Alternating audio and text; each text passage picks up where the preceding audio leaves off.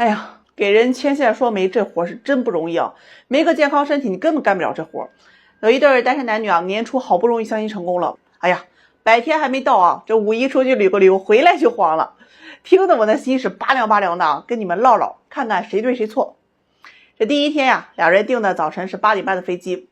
人姑娘呢，因为前一天和闺蜜啊玩的有点嗨了，一觉睡到了11点。这男士他怎么也联系不上这个姑娘呀，这个飞机就给耽误了，钱白花了。这给男士气的，一通电话劈头盖脸的给说了好几句。人姑娘可听不得呀，哎呀，你竟然敢骂我，老娘不去了。男士一看呀，这出去玩的吃喝拉撒，这机票钱全花了，这不去更白花了。没法呀，这男士啊就从机场打车回来，又去找她，哎呀，又哄又劝啊，两人又和好了，花了高价钱订了当天晚上8点的飞机。女友化妆打扮2个多点，男士心里那个恨呐，哎呀，是喜欢啊，他心里就一个念想，旅不旅游的不重要，别吵架别吵架啊，忍到底。坐飞机一路呢还挺顺利，刚到了酒店呢就开始闹腾啊，哎呀，酒店位置太偏僻了，房间太小了，要换一个带星的。男士解释说呀，住这个省钱，承诺省下来的钱呢吃好喝好，这才作罢。然后呢就是吃晚饭，这姑娘想去一家饭店呀，男士啊就糗着那20多公里啊太远，打车太贵。这姑娘一听啊就不愿意了，咋的？我来旅游了，还得计较那3瓜2枣的。男士听完呢就寻思，哎呀，忍一时风平浪静啊，打车去了。谁知呢这天是不测风云的啊，店儿给关门了。女友又给他一顿数落，怎么不在出发之前打个电话确认一下？就这样，俩人就坐在店门口啊，搜附近的美食，搜了1个多点啊，终于是有姑娘满意的了。哎，凌晨1点多吃上了晚饭。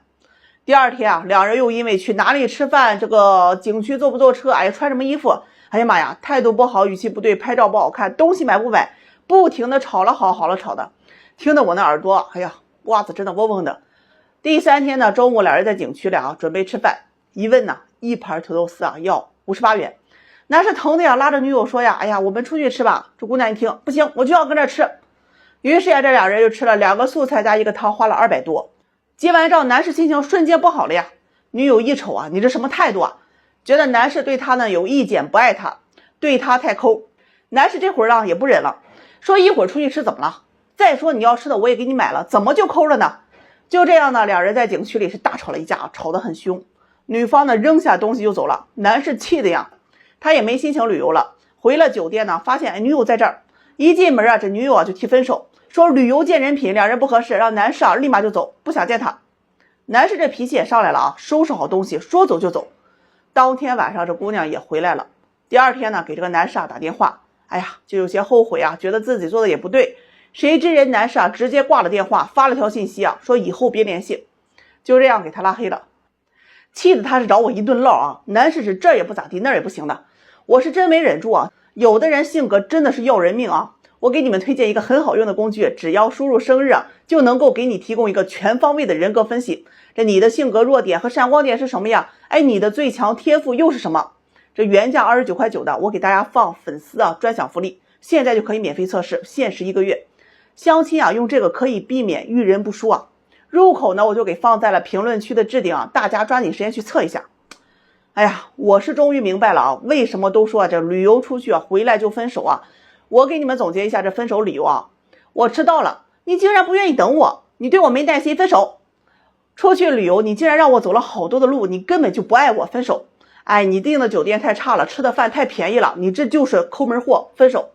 下雨天我的衣服湿了，哎呀，你真的是非蠢即笨呐，不知道准备伞，分手。什么都要问我，一点主见都没有，渣男，分手。那么早就叫我起床呀，哎呀妈，困死了，不顾虑我的感受，分手。哎，人生不易啊，且行且珍惜吧。哎呀，一大早来了一位40多岁的女博士啊，要找对象，愣是血压给我干到了180呀。84年未婚，在深圳工作，年收入50多个，收入还可以啊。他来找对象，点名就要找条件门当户对的。我问他具体的择偶要求，他说男方呀硕士以上学历，身高不低于170，全款车房，年收入要100万。哎呀，听得我直接是愣住了啊。还没完，接受离异不接受带孩子的，另外要求男方人品端正，性格要好，情商在线。哎呀，听完我就头疼啊，越是年龄大条件优秀，越这么找对象他越找不到啊。我问他，你觉得深圳这寸金寸土的地儿有多少人能买得起全款？他说年薪100万就可以啊，攒个几年怎么就不能买个房子嘛？我问他50岁的考虑吗？他一听不考虑。我还不到40岁，那找个50岁的，那绝对是对方占便宜了呀。我说这除了年龄上大你一大截子的人能接受你，同龄的男人能符合你这要求的，他也不接受你啊。他说我一年50多个，有车有房不优秀吗？那多少男人都比不过我，怎么就不接受我呀？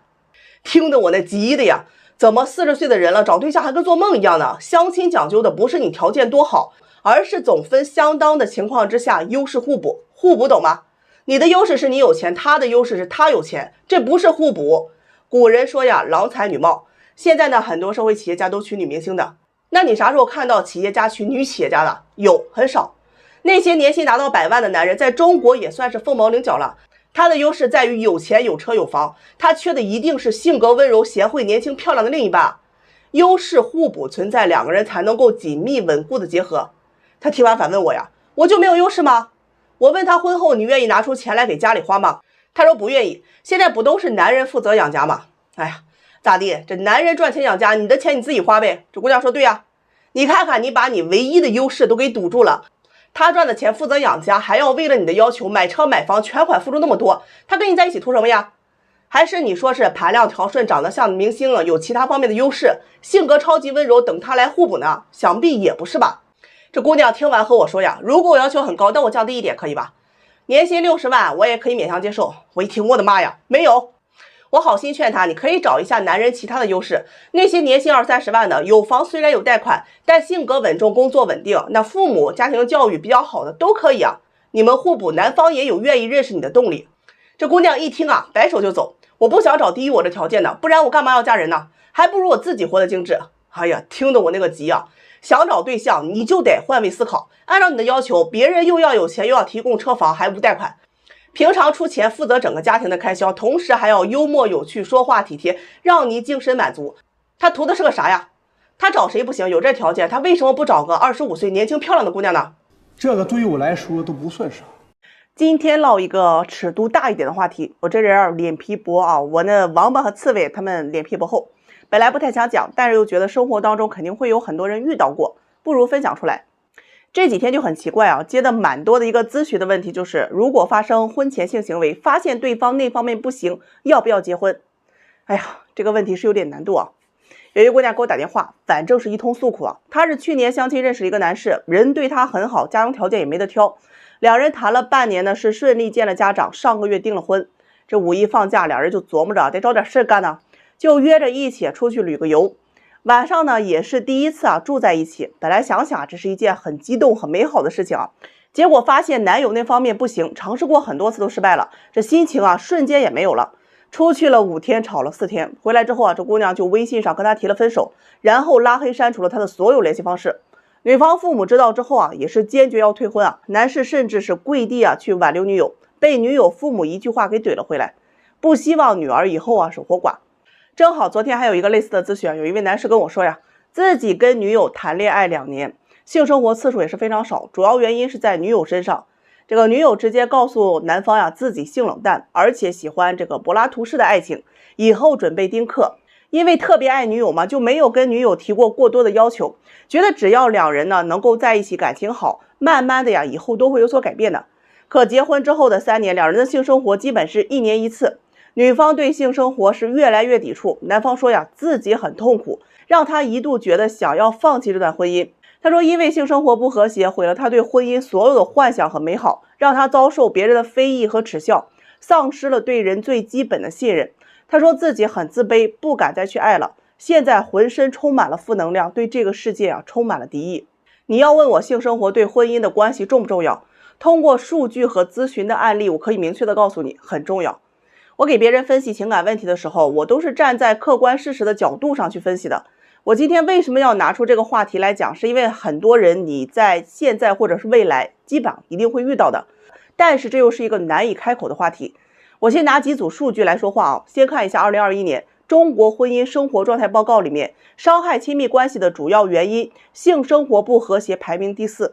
2019年呢，民政局公布了最新的离婚大数据，这一年共办理结婚登记的是947.1万，离婚登记的有415.4万，也就是说离结比高达了43.8%。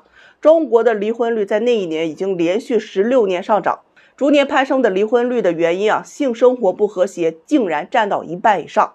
有些人就会跟你抬杠啊，拿父母那一辈的爱情啊去做比较，说那个时候面都没有见过，也没有什么感情基础啊，两人就结婚了，也没见得到处说这个不和谐就要离婚的。过去和现在那是2个年代，过去的婚姻更多的是维持生计。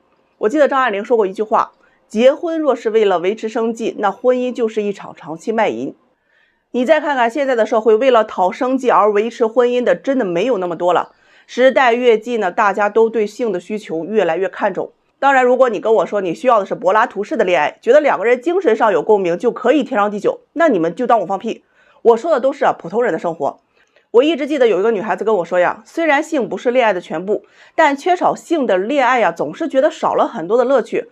而且更加恐怖的是，我们才是20多岁的年龄，在这个年纪本来就应该是欲望最强的时候，但我们俩屈指可数的性生活次数，让我一眼看到了婚后长期的无性生活。现实生活当中也有很多的婚姻因为性生活不和谐而离婚。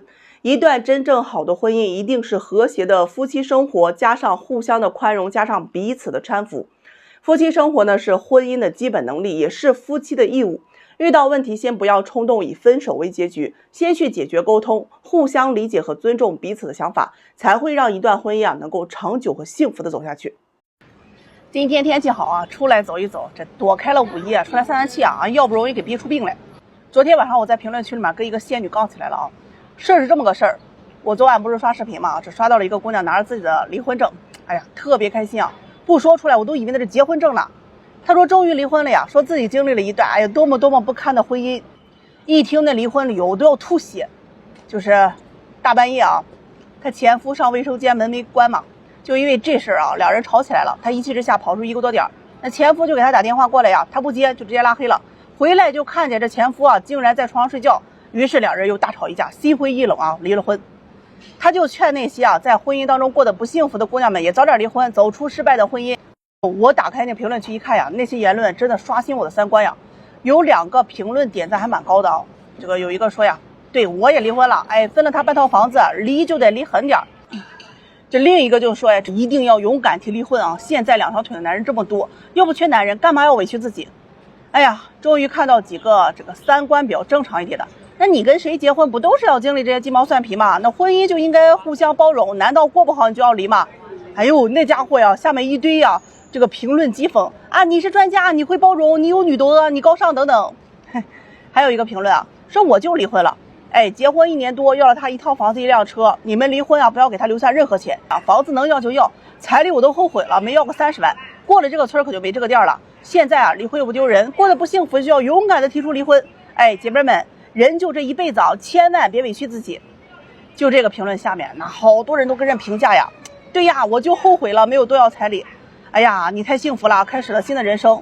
我看了实在是没忍住啊，就在下面给回了一句老鼠屎，就这3个字。这个姑娘就跟炸了锅一样，噼里啪啦的骂了我有800多个字啊。我打开她的个人主页一看啊，哎呀，那些视频啊真的很辣眼睛啊，不是自我美颜对着自己的脸拍800遍，就是露胸露大腿，那扭腰扭腚搔首弄姿啊，给男人释放求偶信号吗？真的，他骂我还嫌和他怼浪费我时间嘞。我一直没稀的搭理他啊，他就不停的艾特我。没法呀，我又回了他一句啊，果然老鼠屎。最后他一怒之下就给我拉黑了，我就很无语啊。现在的离婚竟然成了一件很骄傲的事情，那成群结队的人都拍视频昭告天下，干嘛呀？你自由了，你要开始选男人了吗？与其网上晒自己的离婚证啊，那不如真的回到老家啊，通知你们整个村的人，哎，敲锣打鼓，为了你啊，大摆宴席，吃到个3天3夜，人来人往，都是为你感到自豪啊，光大明媒，那光宗耀祖了呀。以前的婚姻啊，性格不合都是要互相磨合、互相包容，能不过咱就不离的。哎呀妈呀，现在呢能离啊咱就不过了，那冷静期啊他也拦不住。以前呢都觉得离婚呢是一件丢人的事情，现在啊离婚呢都成了光门耀祖了，大街上到处说呀。那些个离婚理由你们都想象不到。前2天有人还咨询我啊，就因为谁给谁洗袜子这事儿，那吵到闹离婚的，1双袜子而已，上升到你不爱我了，你女权他男权。哎呀，原本呢这5一啊是有3场婚礼的，都没好意思跟你们说呀，散了2场了，还有1场是结婚前一晚，两人也是因为鸡毛蒜皮的小事情吵了起来，这些嚷嚷不都过了吗？还有那些啊常年混迹在相亲市场上挑3拣4的主啊，性格强势，自我意识也不清楚，明明自己要啥啥没有，就觉得自己哎呀那美的不行了呀，厉害的牛的了，非要找个条件好的有钱的，我都不知道是哪里来的自信啊。还狮子大开口，彩礼动不动就要几十万，真的，谁要娶你们，那祖宗坟头得让人挖了呀！婚姻啊，如人饮水，冷暖自知，关起家门过好自己的日子，没有婚姻是一帆风顺的。最后啊，奉劝那些舔狗们啊，远离那些晒离婚证的女人。说的是。有一位姑娘啊，说话特别毒舌，哎呀，介绍了整整3年多，终于快要嫁出去了时候，还没等我敲锣打鼓要庆祝呢，今儿一大中午啊，就哭得一嗷嗷的跟我说又要分手了，说这日子啊过不下去了。哎呀，听得我的心呢是稀碎稀碎的啊，气得我呀，你知不知道你自己找对象有多困难？怎么又分手了？他说呀，那不是我的事儿，哎，那是谁谁谁谁谁天天找我的事儿。我一听呢，这又咋了呀？这姑娘今年呢是30岁啊，是一名这个房产销售，相亲3年多了，挑挑拣拣，谈了是不知道多少个对象了。终于啊，这过年谈了一个时间超过3个月的，男方呢小她2岁啊，可惜啊还没活过100天呢。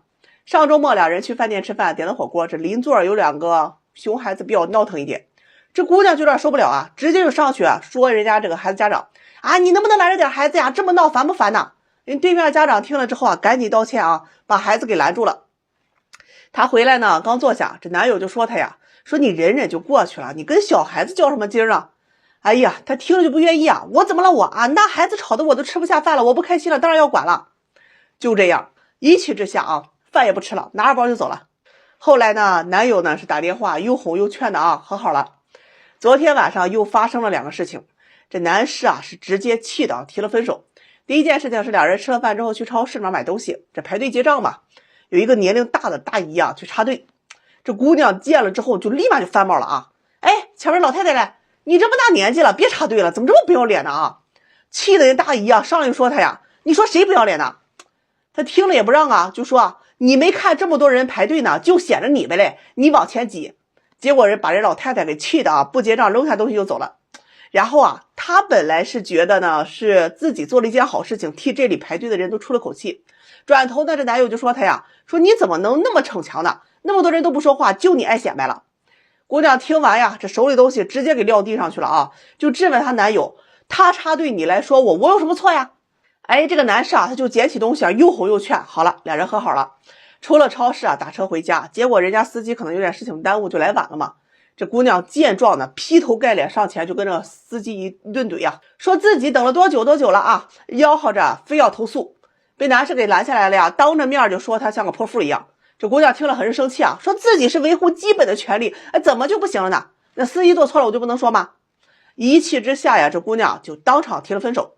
本来想着就吓唬一下她男友，哎呀，结果人家男友啊当场就同意了分手。后来这姑娘给她男友打电话是怎么也打不通了呀，人家就不接了。他就很着急啊，让我帮他评评理，哎，自己又不是无理取闹，那怎么就做错了呢？后来呢，我联系上男士啊，本来想说说好话，人男士说呀，2人3观呢是严重不合适，坚决要分手啊。他呢听完就哭哭啼啼的找我抱怨，说自己的命运啊真的惨呐，也不知道自己哪里做错了。哎呀，我那脑袋瓜子啊，真的听的是嗡嗡的呀。生活当中确实有很多这样的人啊，原则上看着好像事事都有理，但说话就总是跟个泼妇骂街一样。最主要原因在于啊，这说话方式出了问题。如果说前面有人插队，你可以跟他讲呀，请你不要插队，我们在后面排队也很辛苦的呀。那司机迟到了，第一时间先问问人家是不是遇到了什么麻烦事情了，而不应该一上来就用起诉威胁对方吧，让他长个记性。中国有句话叫做先礼后兵，没必要一上来就去怼人吧，觉得自己对就一副理直气壮的样子，得理不饶人呐。这样的人啊，谁都不可能相处下去的。说话毒舌本质就是这个人的性格呀，他不合群的，3言2句啊就开怼，很不招人喜欢的。那我话还没跟他说完呢，他就开始直接说我媚男，哎呀，我的心啊碎的是一地一地的呀。作为一个久经婚恋沙场啊，近10年看惯了男女那点事的老阿姨啊，今天就给那些还处在花骨朵阶段的未婚男士们一点择偶建议，你到底要找什么样的人结婚啊？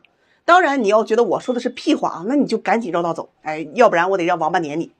这结婚和谈恋爱完全是2回事情，有的老爷们来找对象也真是有意思啊！哎呀，我就要漂亮的身材好的，拜托咱能不那么俗好不好？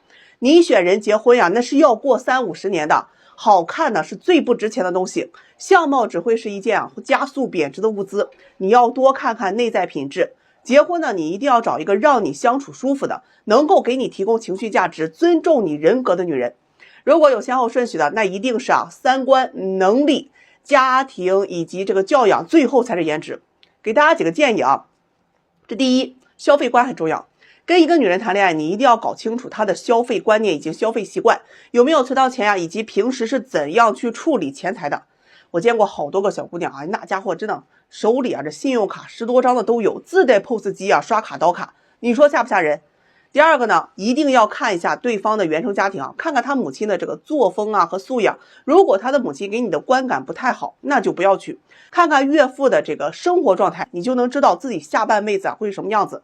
第三呢，最好是做婚检，再出个无犯罪证明和征信报告，这个呀很重要。你不仅要自己找老婆，你更是要给父母找儿媳，给孩子找母亲吧。这几项任何一个不合格呀，都不要结婚的。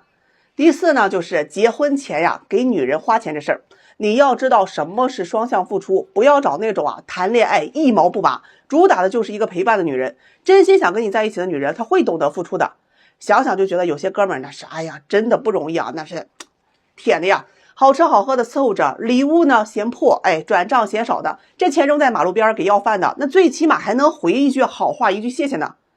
第五呀，如果你家庭条件不错，那就不要找家境条件差的，也不要跟家境条件差的谈恋爱。不要抱着哎呀我喜欢他就可以，我不在乎家庭条件，千万不要有这种想法啊！门当户对这事儿啊没毛病，你呢也不是救世主，管好你自己就行了。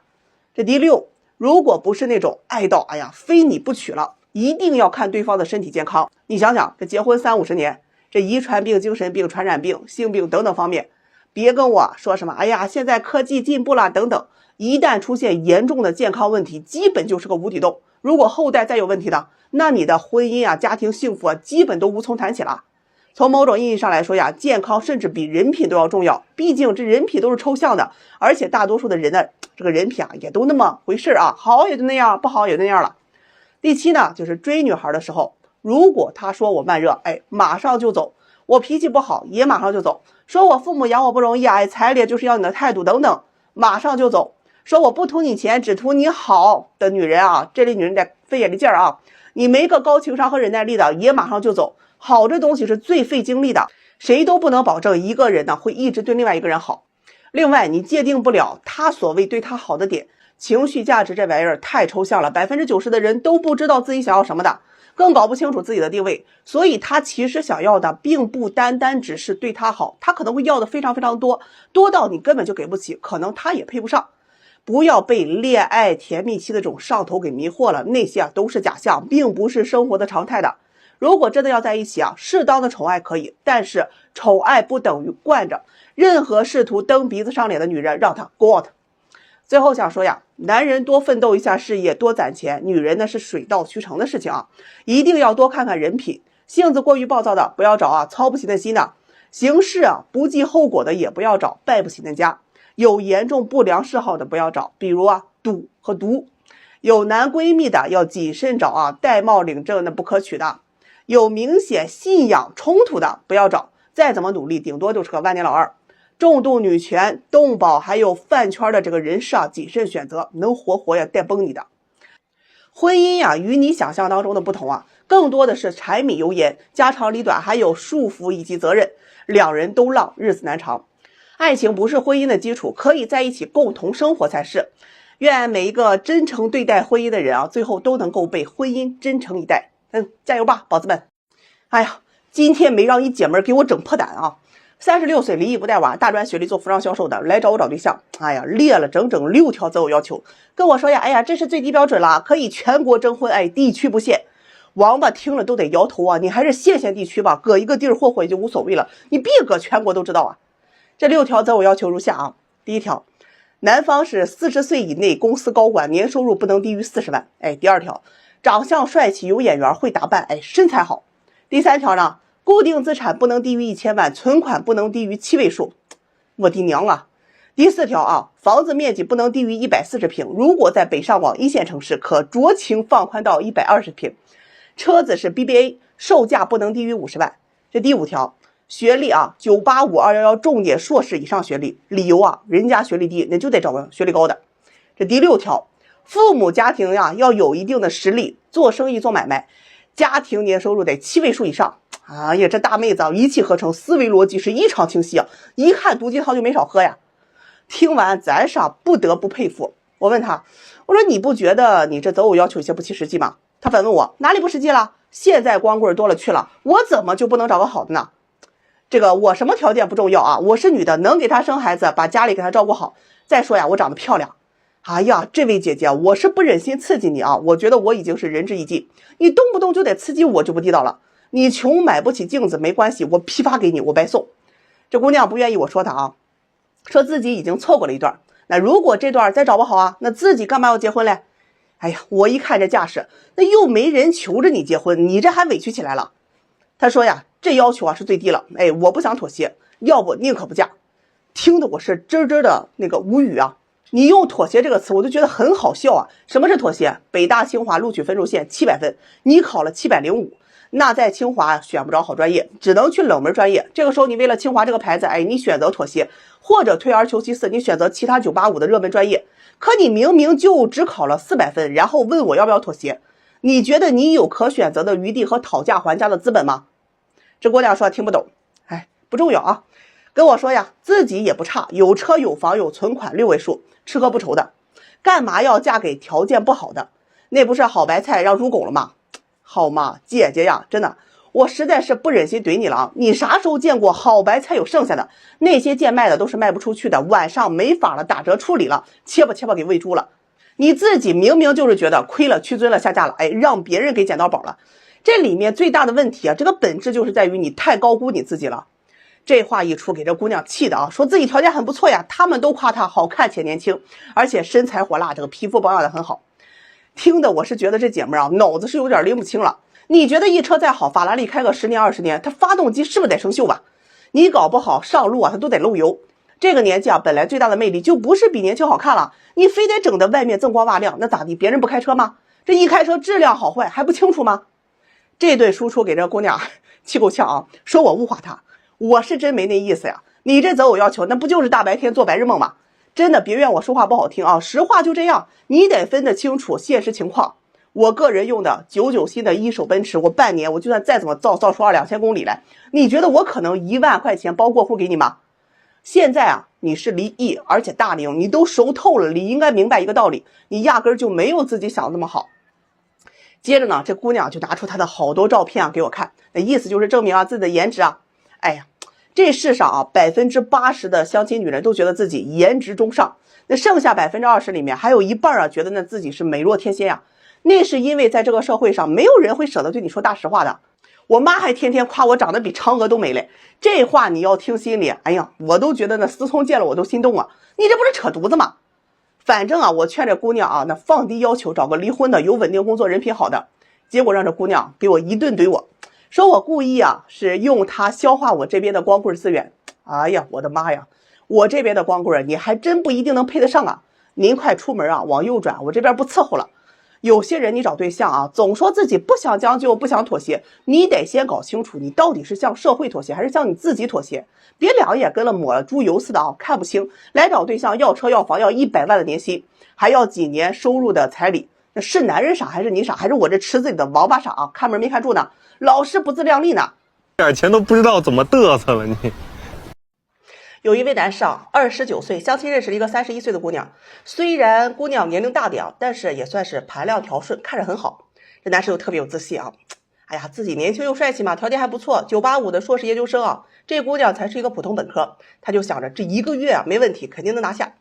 于是呀，是早请安晚问候的，天天就差追这个屁股后面去了。哎呀，一到周末就约出来，那显得是老积极了啊。可这姑娘呢，就是不温不火，你不约她，她不出来；你不发信息问她，她是不带回复的。哎呀，一问吃什么，随便去约会吧，看时间，给她送点东西啊，还得看她脸色。哎呀，这1个月呀，这舔狗当的是直接没了尊严了。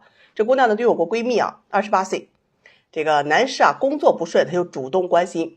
帮男士是出谋划策追他朋友啊，没事呢就请这个男士出来吃饭，主动嘘寒问暖，节假日呢还主动发红包送礼物去慰问这个男士。